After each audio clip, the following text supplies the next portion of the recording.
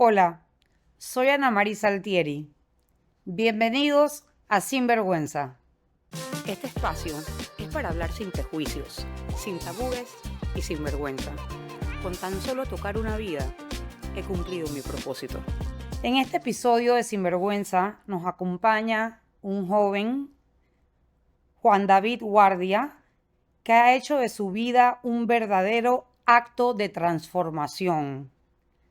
Es speaker, actor, ilusionista y emprendedor.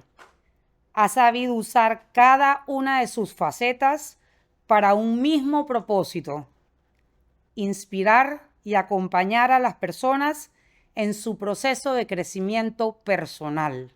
Desde sus impactantes conferencias y capacitaciones hasta su participación como impulsador de la película y actor también de la película Panama Papers, Juan David no solo ha demostrado su talento, sino también su firme compromiso con dejar huella en quienes lo escuchan, lo ven, lo siguen y los que te conocemos. Hablamos de sueños, caídas, de ilusiones que no solo entretienen, sino que despiertan el alma. Porque detrás de cada show hay un mensaje y detrás de cada historia un propósito. Y con esto te doy la bienvenida, Juan David. Gracias por haberme dicho que sí para venir a Sinvergüenza Podcast.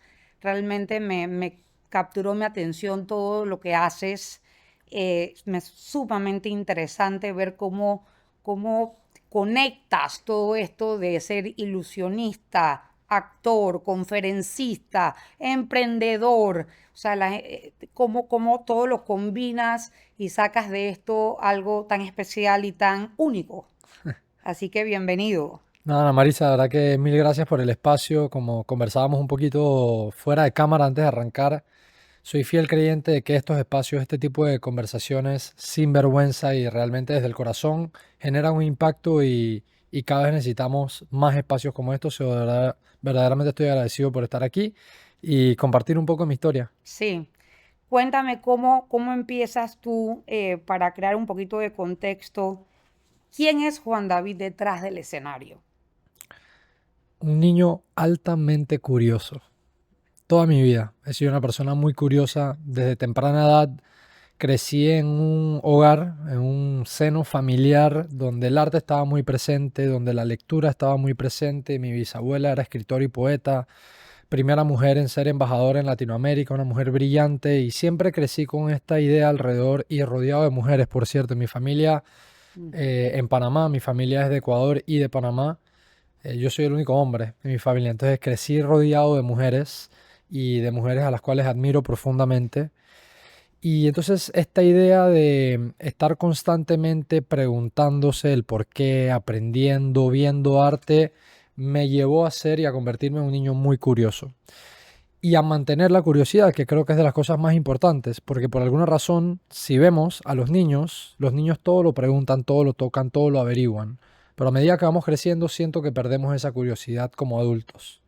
Y esa curiosidad debería siempre acompañarnos porque es a través de esa curiosidad que nace el verdadero aprendizaje. Es a través de esa curiosidad que yo me atrevo y tengo la valentía de verdaderamente perseguir aquellas cosas que me encienden el alma, que me llaman, que verdaderamente me emocionan. Y creo que es ahí, no necesariamente solo haciéndolo a nivel profesional, sino si también tú te das los espacios para mantener vivas tus curiosidades, perseguir aquello que te llama la atención, es que uno comienza a acercarse a esa mejor versión de uno, porque entonces tienes ese balance entre tal vez lo que es tu ámbito profesional, en lo que descubriste que eres bueno, que puedes hacer, pero también mantienes vivo a ese niño que es curioso, que quiere aprender, que se quiere preguntar por qué y que sigue indagando en esas cosas que le llenan. Claro, claro, ok, después de haber crecido en una familia artística, obviamente, donde el arte, como tú bien mencionas, ha sido parte fundamental de tu educación y de lo que mamaste en casa, Ujú. eh, ¿qué estudiaste? ¿Qué decides estudiar? Bueno, como te decía, mi sueño era estudiar actuación, ¿verdad? Yo cumpliendo los 18 años, yo me quería ir a Los Ángeles, a Stella Adler, que es un conservatorio especializado en cine. Cine siempre fue mi más grande sueño. Yo quería ser actor de cine. ya había tenido la oportunidad de estar en set, aunque fuese de extra, pero de que me abriesen las puertas, estar adentro de un set de una película. Estuve en Chance, luego de ahí estuve en Historias del Canal, luego de ahí también hice un proyecto con otro director panameño que se llamaba The Third Wave. Entonces, antes de cumplir mis 18 años, ya yo había tenido la oportunidad, viniendo del teatro, habiendo comenzado a actuar a los 7 años, de estar dentro de un set de una película. Y eso no solamente era lo que yo me imaginaba, era mucho más de lo que yo me imaginaba. Era un sueño hecho realidad. Entonces yo dije, a los 18 años yo me quiero ir a Los Ángeles a estudiar actuación. Sin embargo, no termina sucediendo así. La vida tiene sus giros inesperados. Yo, para el momento donde me tocaba tomar la decisión, ya había entrado a trabajar en la tele. Y ya venía de 4 años de estar trabajando profesionalmente, porque yo comencé a hacer magia profesionalmente a los 14 años. Entonces, desde que arranqué a trabajar, nunca paré de trabajar. Tengo este ejemplo que viene de casa de mi mamá, que mi mamá fue mamá y papá para mí, de que ella salía a las 6 7 de la mañana y regresaba a las 7 de la noche, siempre con un cuchillo entre los dientes, saliendo a echar a nuestra familia para adelante. Entonces, tengo ese ejemplo de trabajar arduamente. Comencé a trabajar a los 14 años. Entonces, cuando tuve la oportunidad de como abrir la puerta y meter el pie en la televisión panameña, dije, no es el momento para irme. Ujú. Entonces, solté ese sueño de irme a estudiar actuación a Los Ángeles y me quedé aquí en Panamá. Estudié marketing por 2 años, con la idea de por lo menos vivir la experiencia de irme a Estados Unidos en estos programas que hacen 2 años Panamá, de 2 años para, años, sí. 2 años. FSU. Lo hice en QLU, que es Louisville. Ok. Pero entonces, cuando llegó el momento, dije, bueno, hago 2 años aquí, tal vez veo cómo va lo de la tele, pero estaba inclusive aún más metido en la En la tele tele. cuando ya llegaron los 2 años. Entonces dije, no me voy para ningún lado. Tenía mis proyectos andando del lado como ilusionista profesional. Ya estaba trabajando con marcas que siempre había soñado trabajar con Coca-Cola, Hermès, Louis Vuitton, etcétera, que era un sueño que yo tenía, poder trabajar y entrar al mundo corporativo desde mi pasión. No tal vez por la ruta tradicional, que es trabajar dentro de una corporación, sino brindar servicios de lo que me apasiona a corporaciones. Claro. Entonces, cuando llegó esa marca a los 2 años, dije, no me voy para ningún lado. Me cambié a una universidad aquí en Panamá a estudiar comunicación social con énfasis en producción. Y ahí tal vez entonces eso resume mi vida universitaria. Digamos, yo decido quedarme en Panamá, me mantengo trabajando y me enfoco, digo, de las opciones que hay aquí, que me puede complementar. Y dije, bueno, comunicación social, me fascina comunicar. He estado arriba en escenarios desde que tengo 14 años. Entonces, y toda la parte de producción, como ya estaba en la tele, me hacía sentido, ¿no? Bueno, para los que no lo han reconocido todavía, Juan David fue uno de los pioneros de Calle 7. Estuviste en las primeras 3 temporadas, me En dijiste. la temporada 2 y 3 y luego en la 10ª, que fue como un regreso de los campeones o de los que mejor le habían ido durante las primeras 10 temporadas. O sea, eres realmente multifacético. O sea, Calle 7, explícame esto del ser ilusionista, hacer magia. Hacer magia. ¿Cómo empieza esto a los 14 años? ¿Cómo, Bueno, cómo? primero que nada, siempre me gusta decir esta frase. La magia es para el que cree, ¿no? Yo creo que tú tienes que creer en esta idea de este arte que es el ilusionismo, porque tal vez la palabra está mal acuñada de que somos magos, porque magos está tal vez más relacionado con ese mago Merlín que convertía un sapo en una persona, etcétera. No, realmente lo que nosotros somos como artistas somos ilusionistas, porque Ujú. tenemos la capacidad de crear esa ilusión, ese sentido de magia en la mente de las personas que nos ven y que disfrutan nuestro arte, ¿no? Entonces, como ilusionista, la historia es que mi padre, cuando yo tenía 9 años, se va a vivir a Tailandia. Ok. Y yo me quedo, mis papás se separaron cuando yo estaba muy pequeño, a los 3 años, yo me quedo viviendo con mi mamá en Panamá. Mi hermana mayor se va a vivir con mi papá a Tailandia. Y si bien es cierto, mi papá fue un increíble padre, no era una persona muy presente durante mis primeros años. Y cuando él se fue a Tailandia, yo dije, bueno, si ya no lo veía mucho aquí, allá fue eso, ya pues por supuesto que no lo voy a ver más y se fue al otro lado del mundo, ¿no? Pero cuando yo cumplí 12 años, mi papá me llama, bueno, llama a mi mamá me pasa el teléfono y me dice, Juan David, ¿sabes qué? Lo he estado pensando y ahora que se acaban tu escuela y vienen tus vacaciones de verano, quiero que te vengas esos 3 meses a pasarlos conmigo en Tailandia. Y obviamente el mundo se me llenó de colores porque pues la ilusión de reconectar con tu papá y de pasar tiempo con él. Y me fui allá, sin embargo, mi papá estaba como embajador en Tailandia, entonces los eventos a los que él tenía que asistir Mi hermana me lleva 8 años, ella tenía 20, 21, lo cual era más propio para el tipo de eventos a los que asistían, que eran eventos protocolares y Sí, demás. claro, Yo de 12 años no encajaba mucho ahí. claro. Entonces yo me la pasaba en la casa cuando ellos tenían que salir a todos estos eventos, etcétera. Hasta que un día, un buen día, el evento al que iban a asistir era un evento un poco menos formal, que era un barbecue de las embajadas de habla hispana. Entonces era Ajá. algo un poco más relajado. Y mi hermana le dice a mi papá, papi, déjame llevarme a Juan David, te prometo que yo me encargo de él, que sé, porque yo siempre fui curioso e Curioso. inquieto, ¿no? Ok. Entonces yo me iba a poner a hablar hasta con el rey de Tailandia si estaba ahí, sin ningún tipo de vergüenza, sin ningún tipo de pena. Entonces mi hermana, yo me encargo de él, yo lo cuido, yo estoy pendiente de él, pero vamos a llevarlo para que no se quede todo el sábado aquí en la casa, etcétera. Entonces que bueno, perfecto, pero tú te encargas. Y entonces mi hermana me dice, bueno, convencí a papi, vas a venir con nosotros al evento, nomás pórtate bien. Y si te portas bien, te voy a presentar a un amigo mío español que trabaja en la Embajada de España, pero cuando era joven era mago. Y yo te lo voy a presentar. Yo, wow, me quedé con eso en la cabeza. Claro. Entonces, llegando al evento, por supuesto, lo primero que hice es, ya dime quién es el mago. Estoy listo para ir a hablar. No, relájate, tranquilo, no vayas a molestar a nadie. Entonces así me tuvo. Hasta que ya pasé de molestar tanto a mi hermana que me dijo, bueno, es ese que está allá, se llama Javier. Y por supuesto, inmediatamente lo que hice fue, chao hermana, y me fui donde Javier. A darle la camisa. Tú eres Javier, ¿verdad? Tú eres mago, hazme magia. No, no, ya yo no hago magia, yo hacía magia cuando yo era joven. No, no, Mm, me dijeron que tú eres mago, hazme magia. ajá. No, ya yo no hago magia, Juan David, no molestes a Javier. Pero un par de horas más tarde, cuando ya Javier se había tomado un par de copas, y ya Ajá. estaba un poco más relajado, y yo tenía tanto tiempo de estarlo molestando, Javier me dice, ¿sabes qué? Te voy a hacer algo de magia. Y me hizo un efecto de magia que me voló la cabeza. Yo siempre digo que literalmente cambió mi vida porque decidí yo entrar en esta otra forma de arte, así como venía actuando, decidí incluir la magia. Entonces pasé de molestar a Javier cuando me hizo este efecto de magia que me voló la cabeza a molestar a mi papá y yo le comencé a decir, yo no sé qué vas a hacer ni cómo vas a hacer, pero yo voy a ser mago y yo quiero que me consigas clases de magia o Clases. algo. Claro. E igual hizo en Panamá cuando llegué, mi mamá, pues que venimos de esa familia de arte, me dijo, Juan David, lo que tú quieras hacer, yo te voy a apoyar. Y si tú quieres ser mago, mago vas a ser y vamos a hacer que seas el mejor mago que ha tenido este país, ¿no? Entonces, mi mamá cuando viajaba, que viajaba mucho por trabajo, estamos hablando en los años 2005, 2006, 2007, por ahí, que no había tanto acceso a digital. Sí. Entonces, cuando viajaba me traía libros. Ajá. Y entonces yo me encerraba todos los fines de semana cuando mi mamá regresaba de viaje a comerme y a devorarme esos libros. Y me acuerdo que me paraba frente al espejo a practicar como si yo estuviese en un escenario. Y así comenzó entonces mi recorrido en este mundo de la magia que muchas veces, como hoy día he cambiado un poco tal vez mi approach a cómo yo presento mi magia. La presento más que nada en mis conferencias corporativas como una herramienta para contar historias de negocio. Mucha gente me ve como me veía antes en los teatros. Yo hacía shows de magia aquí, llenaba teatros y traía artistas de afuera, otros ilusionistas. Entonces, Juan David, ¿tú todavía estás haciendo magia? Y mi respuesta siempre es, la magia nunca la voy a dejar. La Exacto. magia es parte de quien yo soy, es un arte que me apasiona, solamente que he cambiado un poco el enfoque de cómo utilizo este arte. Hoy día lo utilizo para contar historias y para buscar cambiar vidas. Pero ¿cómo lo involucras en esto de las conferencias? O sea, dame un ejemplo.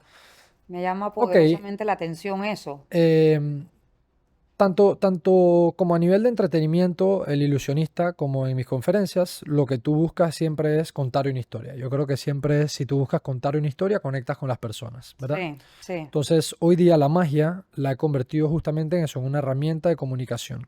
Ok. Entonces, si por ejemplo yo quiero hablar acerca de perspectiva y de la diferencia que hay entre ver los problemas como problemas versus entender que los problemas son intrínsecos a lo que tienen adentro, que es una oportunidad. O sea, Así es. una oportunidad es un problema disfrazado, Exacto. ¿ya? Dentro de 100%. cada problema, gracias a cada problema, es la razón por la cual tú eres quien tú eres y yo soy quien yo soy, porque es lo único que nos invita a crecer y a superarnos. Ujú.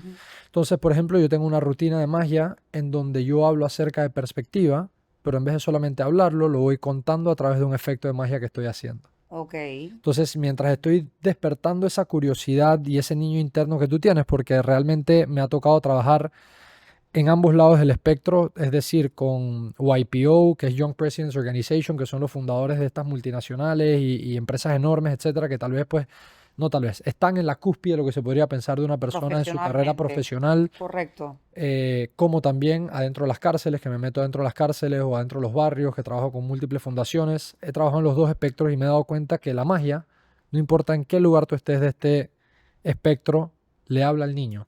Ajá. Entonces las personas se quitan esos caparazones o esas capas que tienen Las encima, máscaras. esas máscaras que tienen encima y están todos así, tratando de descubrir cómo se hace, viendo cómo lo está haciendo. Entonces desde ahí, cuando la gente está involucrada emocionalmente, los mensajes son mucho mejor percibidos y recibidos. Claro. Ok, y entonces, bueno, obviamente ya nos dijiste que tu abuela fue una de las que fundó el teatro, el Círculo, Correcto. así que tú estuviste siempre expuesto a toda esa vida de actuar y te encantaba Me fascinaba. y luego quedaste actuando. Así O es. sea, luego quedas actuando. ¿Cómo pasas de ser actor y de repente una figura pública en televisión de un reality show que es tan visto en Panamá a ser conferencista? Claro. Bueno, la verdadera razón es que y hay una frase que me gusta mucho de una persona que se llama Naval Ravikant, que él habla de que cuando uno va avanzando en la vida y tú te tomas el atrevimiento o tienes la valentía de explorar aquellas cosas que en el momento te generan curiosidad, porque yo creo que somos como temporadas, ¿no? Hay momentos en los que mi mayor pasión era el fútbol, pero ahora es tal tema y después tal tema. Entonces, si tú te atreves como a abrir esa caja de Pandora y a meterte y a explorar esos temas que realmente te interesan, hay muchas veces que tal vez uno piensa, y seguramente algunas de las personas que están viendo esto se pueden sentir relacionadas con esto que voy a decir, que no entiendes cómo esto a lo que le estás dedicando tiempo te va a aportar. No entiendes necesariamente cómo eso que estás haciendo va a hacer sentido. Ujú. Entonces la frase que él dice es que los puntos son más fácil conectarlos cuando miras hacia atrás. Hoy día yo miro hacia atrás y sé el impacto y el valor que tienen las diferentes cosas que yo he percibido en mi vida. Pero cuando estás ahí, a veces te sientes como que, "Chuso, no sé, le estoy dedicando tiempo a esto porque me llama la atención, pero no creo que me aporte nada", pero sigue persiguiendo esas curiosidades.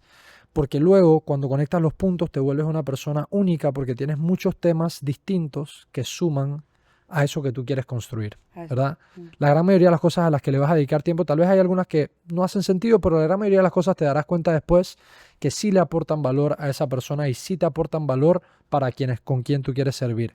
Entonces, cuando yo tenía 15 años de edad, mi papá regresó de Tailandia Ok. y al mes de él haber llegado a Panamá, él sufre un infarto y el día antes de mi cumpleaños, él sobrevive a ese infarto. Nosotros pues vamos a cuidados intensivos, a estar con él. Estoy resumiendo la historia, pero a final de cuentas mi papá sale, sobrevive a este infarto, sale del hospital. Yo me mudo con él para estar con él y a los 10 días de él regresar a casa después de este primer infarto, él sufre un segundo infarto estando en la casa. Nosotros lo llevamos al hospital nuevamente y mi papá fallece el 5 de diciembre del 2009. Entonces, cuando esto sucedió, yo obviamente caí en un hueco oscuro y en un lugar donde nunca había estado en mi vida a tan temprana edad. Pero sucedió algo que, por alguna razón, y gracias a mi madre que me había inculcado la lectura desde temprana edad, yo me comencé a refugiar en los libros.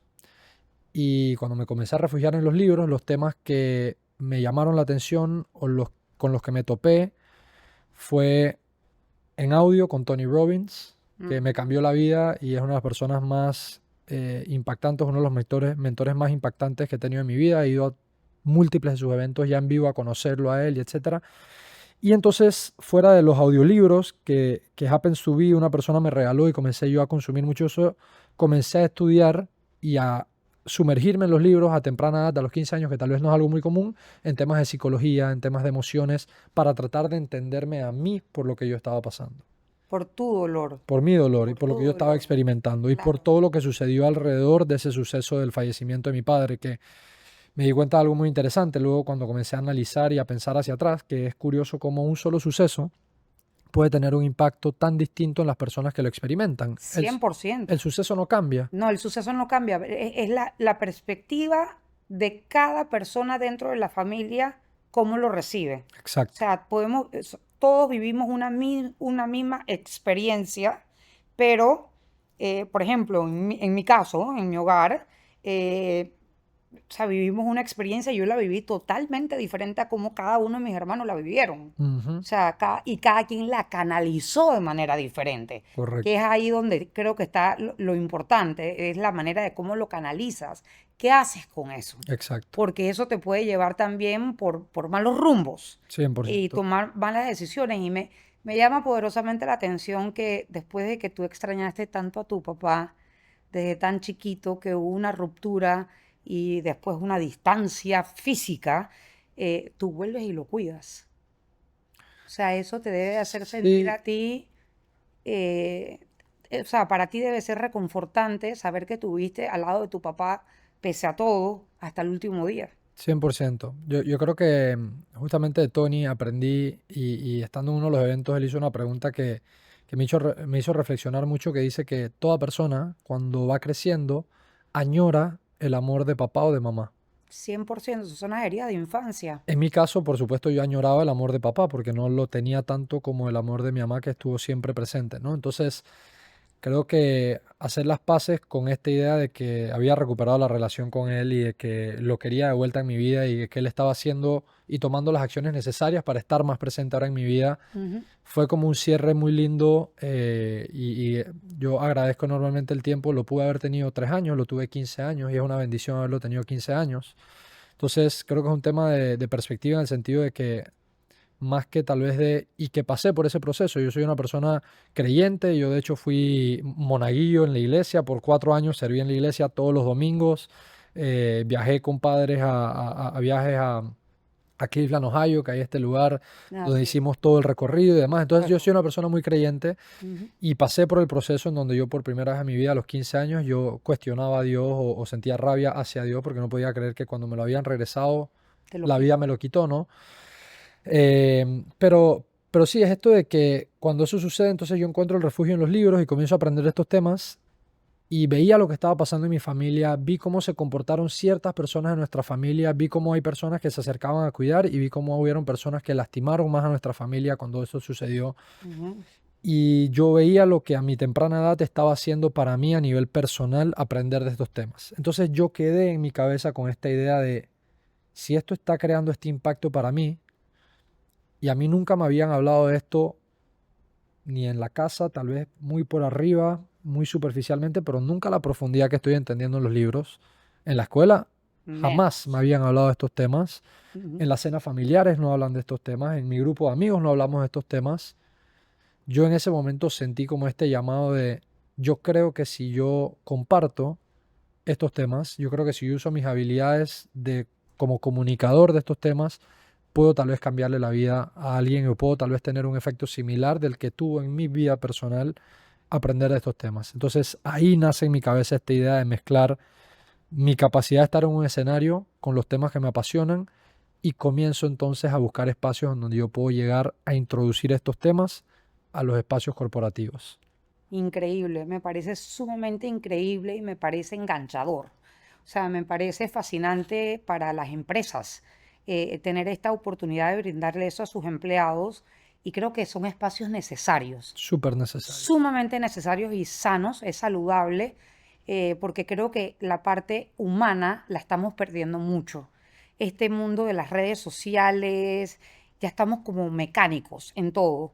Entonces, reconectar con ese niño interior, reconectar con todo lo que nos ha pasado en la vida y poder sanar también, como lo hiciste tú a tan temprana edad y solo a punta de lectura y libros, tal vez inculcados sí por una madre muy presente, una abuela muy presente, como bien tú lo has dicho, pero no es usual en un joven de 15 años, no es lo usual y tú mismo supiste poderte hacer tu propia autoayuda y resurgir de ahí y ponerlo en positivo Ujú, para ayudar a los demás. Y ya que hablas de que eres creyente, yo pienso que a este mundo venimos a eso. 100%. Venimos a que las experiencias de vida, por muy duras y que sean, las que pasemos, porque todo el mundo carga su maletita o su cruz, eh, tenemos que cambiar eso de quedarnos en el rol de víctima y pasar al para qué, no por qué. Ujú. Es el para qué, para qué estoy aquí, para qué me pasó eso. Y creo que tú lo tienes muy bien descrito y definido. Y o sea, te felicito por eso, porque mezclas, eh, sacas al niño interior de cada adulto para que pueda conectar contigo y a la misma vez con ellos mismos. Ujú. Y poder quitarse máscaras y poder entonces ser también personas de valor dentro de la empresa. Ujú. Sí, hay dos temas que quería mencionar con esto que estás diciendo. Lo primero es, Eh, Hay un estudio muy interesante que hicieron a nivel latinoamericano de qué porcentaje de empresas invierte su capacidad adquisitiva que tiene en el empleado para desarrollar a su empleado. Y nosotros, por supuesto, que tenemos cifras muy preocupantes en Latinoamérica. Cuando ves los mercados más avanzados, tienes que alrededor del 70% de las empresas forma sus equipos, no solamente en el nivel técnico, sino en las habilidades que son las que, como dije antes, lastimosamente no están en la escuela, no están en las casas, no están en las universidades. Inteligencia emocional, comunicación efectiva, comunicación asertiva, liderazgo consciente. O sea, este tipo de temas tienen un impacto profundo en cómo tú aportas a una organización, cómo tú te 100%. sientes parte de un engranaje para que realmente tú estés llegando a ese lugar entendiendo que cumples un rol, que eres importante para la organización y que cómo tú te relacionas con tus compañeros es lo que realmente va a acercar a esa organización a poder cumplir de mejor manera sus objetivos. Entonces, yo sí lo considero muy importante y lo considero, y por eso decidí, yo estaba viviendo en Brasil con otros los proyectos en los que soy socio de una empresa de tecnología Ok. y decidí, después de casi 5 o 6 años de estar como socio operativo en la empresa, dejar este sueño de Brasil, porque la verdad que fue un sueño hecho realidad. Yo siempre tuve mucha cercanía con Brasil por el tema del fútbol. Mi mamá es apasionada del fútbol, entonces yo crecí siendo, mi mamá me sacaba de la escuela en el Mundial del 2002 cuando yo tenía, porque era en Corea-Japón, para ver los partidos a las 5 de la mañana. Entonces, estar viviendo en Brasil era un sueño hecho realidad. Pero yo me regresé porque tuve un momento en donde, teniendo este momento de reflexión interna, dije: Juan David, si bien es cierto, este proyecto tiene un potencial enorme porque lo tiene. De hecho, fuimos nombrados por Forbes como una de las 30 promesas de los negocios para Latinoamérica en este startup que tenemos que se llama Voxit, del cual estoy eternamente agradecido por poder formar parte, pero en un momento caí en la realización de que mis talentos, mis bondades y mi verdadero impacto en este mundo no estaba en la tecnología, estaba en la gente. Yo soy una persona de personas. Ajá. Entonces me regresé de Brasil, de vivir allá, de estar viviendo uno de los mejores años de mi vida, para dedicarme al 100% a trabajar con la gente y hacer lo que yo creo es mi llamado, que es transformar a personas a través de estas historias y estos conocimientos que lastimosamente no están presentes, pero que pueden tener un impacto muy profundo. Entonces, eso por ese lado. Y como segundo punto, lo que mencionaste del para qué es algo que Mm. tiene un impacto tan profundo, y te cuento a manera rápida. Hay una de las conferencias que es la que yo más comparto, es como la conferencia introductoria con la que yo entro a trabajar con las organizaciones, que se llama La magia del vivir. Ujú. Y esta filosofía o este acrónimo vivir es una metodología que yo desarrollé, ¿verdad? Que se compone de 5 puntos con los cuales tú no solamente vas a estar vivo, sino que realmente te vas a acercar más a estar viviendo. Exacto. Porque creo que vivos estamos todos porque respiramos, Exacto. pero no necesariamente estamos viviendo, Disfrutando. disfrutando y tal vez cumpliendo con aquello que nosotros podemos estar llamados a hacer. Claro.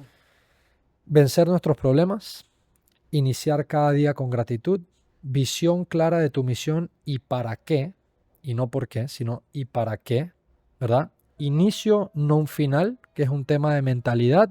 Ujú. Y por último, responsabilizarse por uno mismo. Así es. Esa metodología de vivir la desarrollé hace varios años atrás.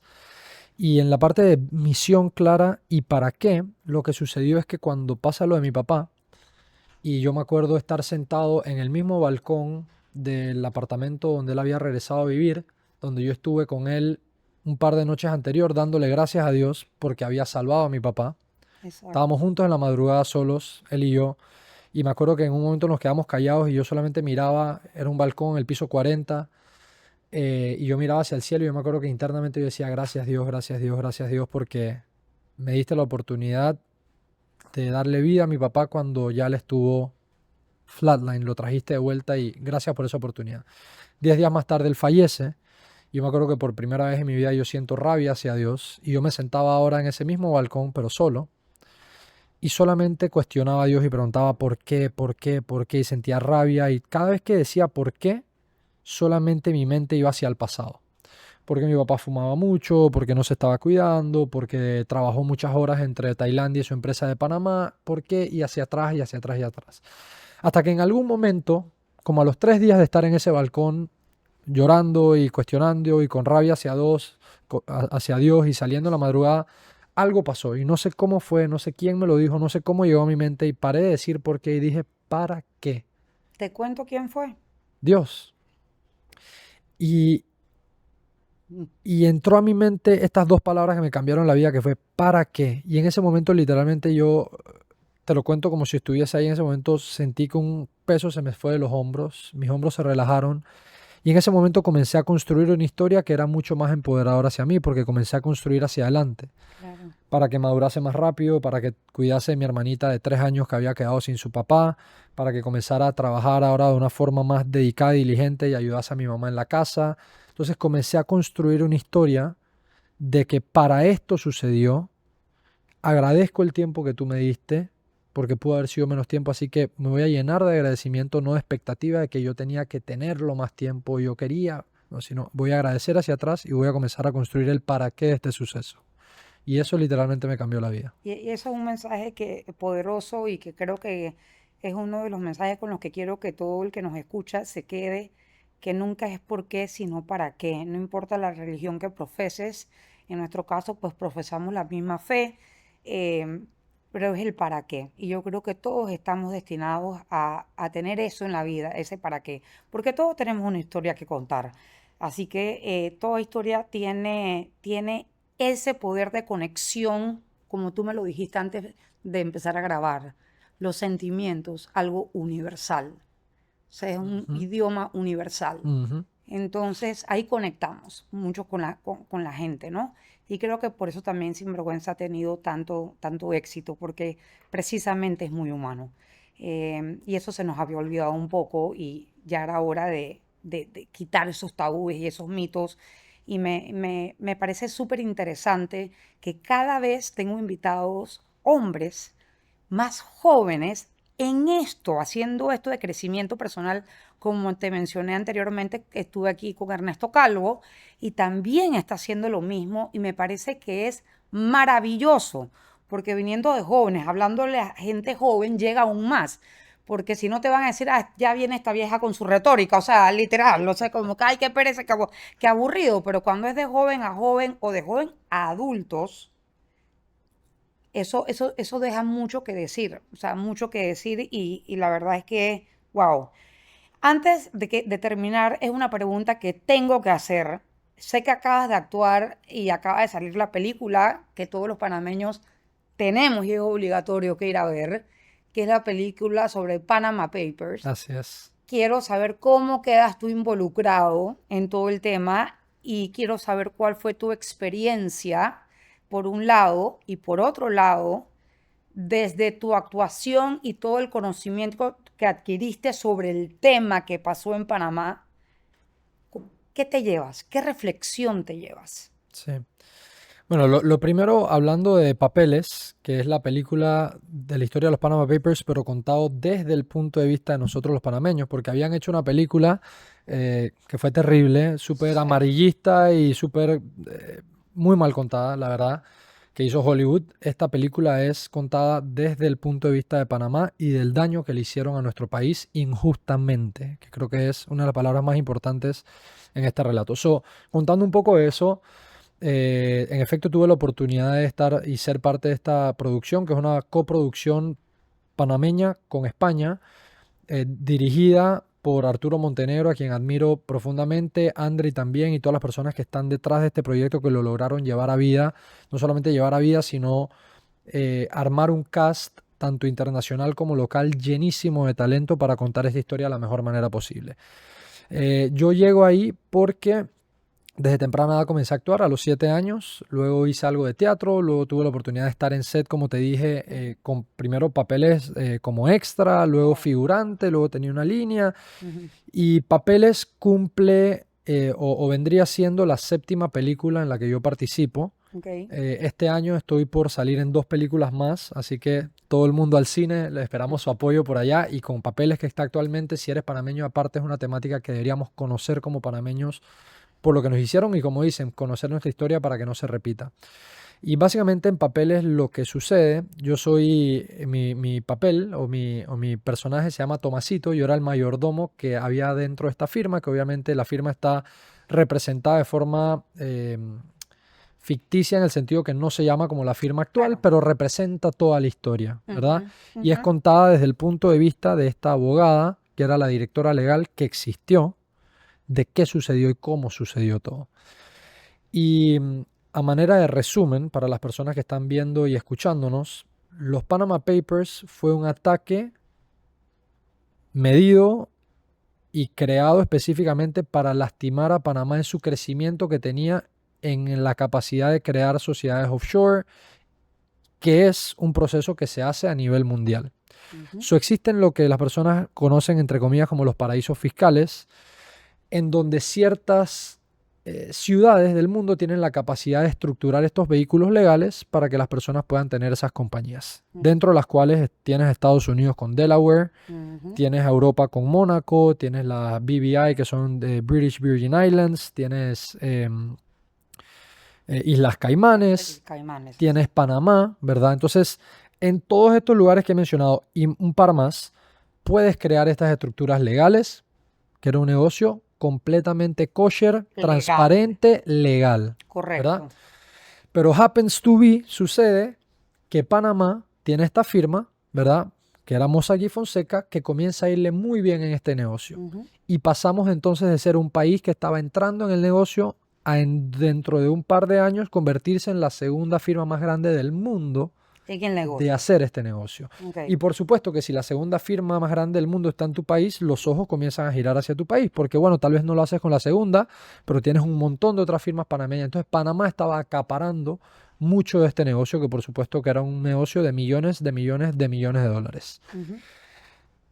Entonces, como bien lo dice la película, el pez grande se come al pez chiquito.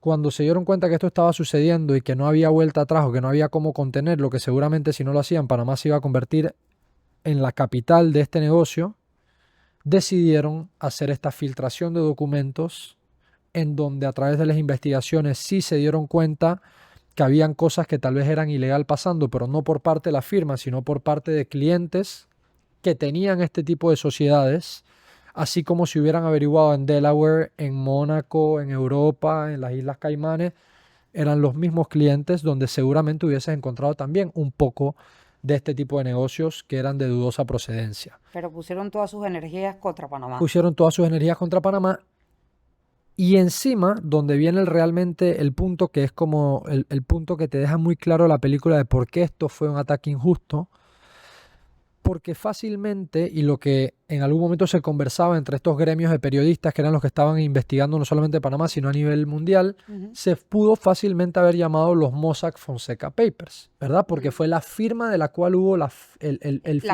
fuga de documentos. Ujú.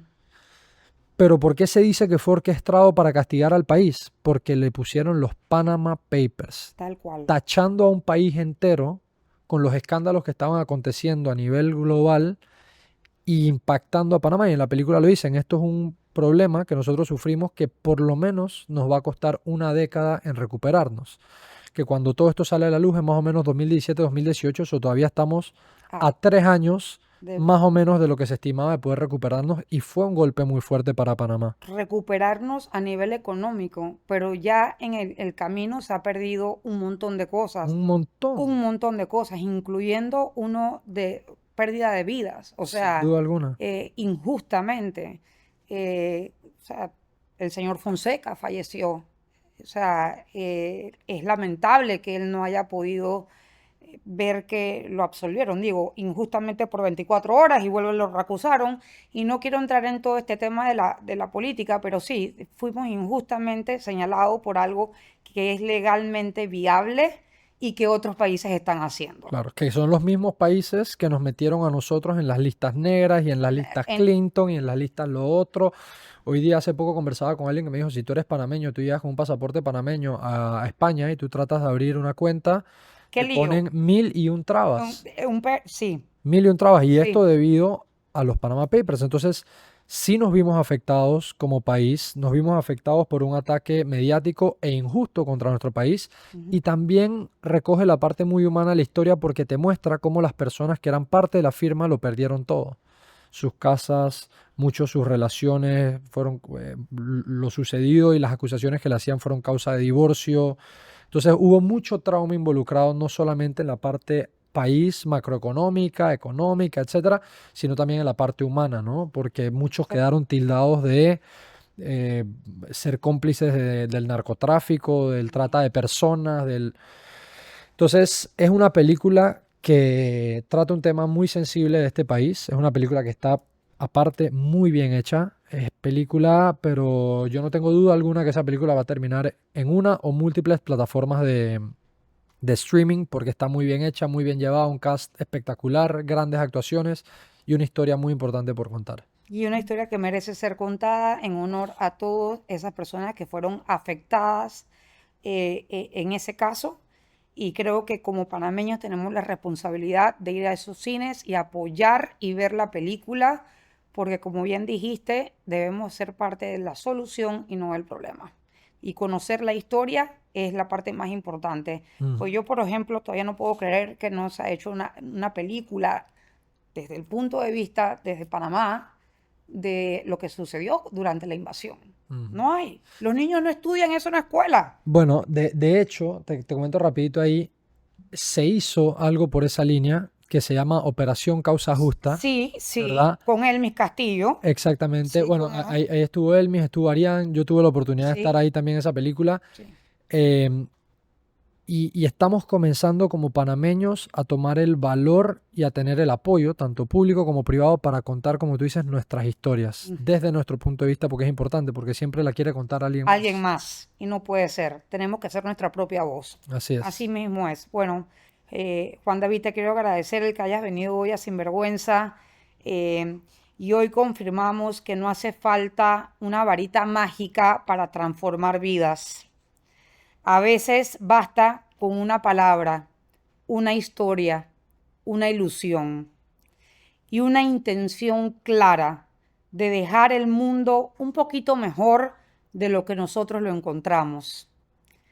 Juan David ha recordado que el verdadero poder no está en lo que mostramos al público, sino en lo que logramos despertar en los corazones de quienes nos rodean, ese niño interior del que tanto has hablado, que podemos ser artistas, emprendedores, soñadores o líderes, pero que lo más importante es nunca perder el propósito. Gracias, Juan David, una vez más, por inspirar con tu autenticidad, por recordarnos que la magia sí existe cuando se vive desde el alma. Y con esto los dejo para el próximo episodio. Gracias. Gracias a todos por ver Sinvergüenza Podcast. No olviden suscribirse a YouTube y Spotify para ver más episodios.